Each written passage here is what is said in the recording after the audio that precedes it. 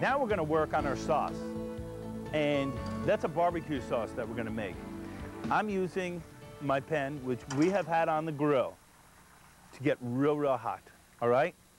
Whoops, that's sizzling.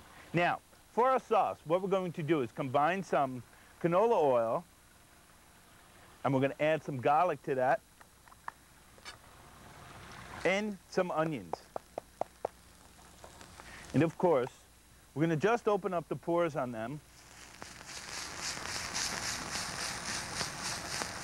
Nice and hot. Yeah, you could saute outside on the grill. Isn't this wild? You should see what we're going to do next week. Oh, Lord, you're going to love it. Now, we're going to add in some molasses to this. We have some molasses, some ketchup,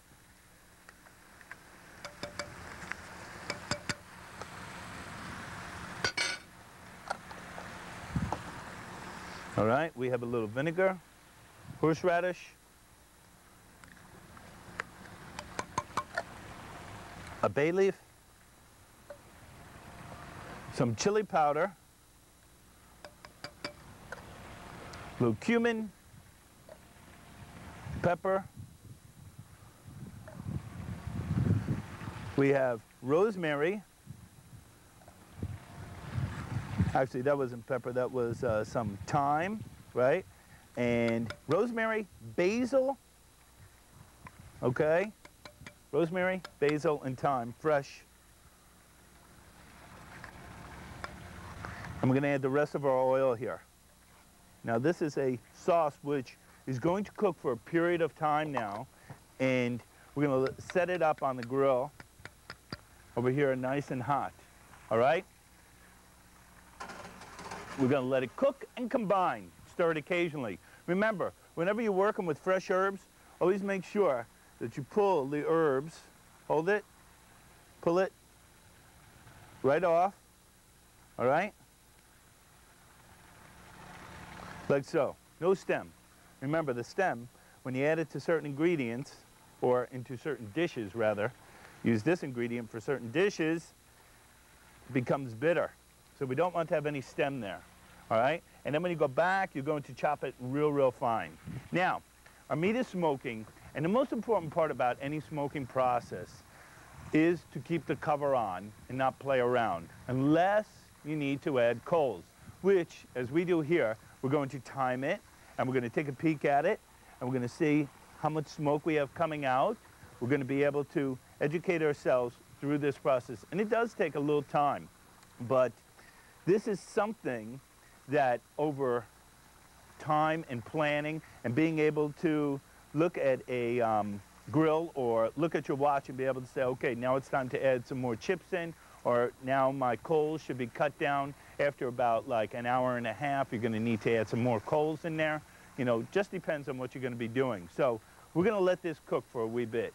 And remember, we have here one that is fresh, fat side up, with the rub on it, one that is cooked for about 2 hours or so, and this one here, which has been on for about 6 hours.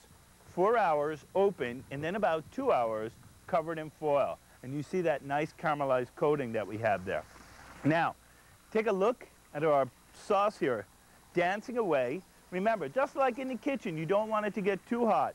Pull it back, keep it in a corner. And again, we have our hot, hot side, and then we have our side which has some of the coals not as high up as we will need them there for grilling of our artichoke, red potato, and onion salad that we're going to make.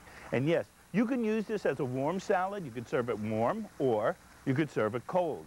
These flavors that combine with our, tossed with our red pepper and the vinaigrette that we're going to make, which consists of some olive oil, garlic,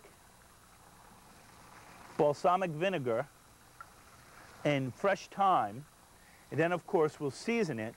But these flavors that come together here, this is going to be used as part of our marinade, as well as just to toss with our vegetables.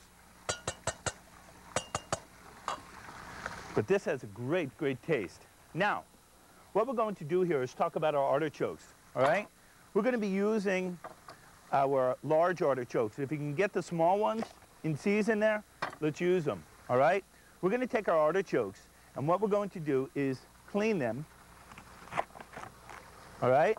And we're going to peel them around. Now, we're going to take our artichokes, and we have already done this, and we're going to cook them. I didn't bring out the big pot, okay? But we're going to take and set ourselves up about 2 quarts of water. We're going to use some fresh lemon.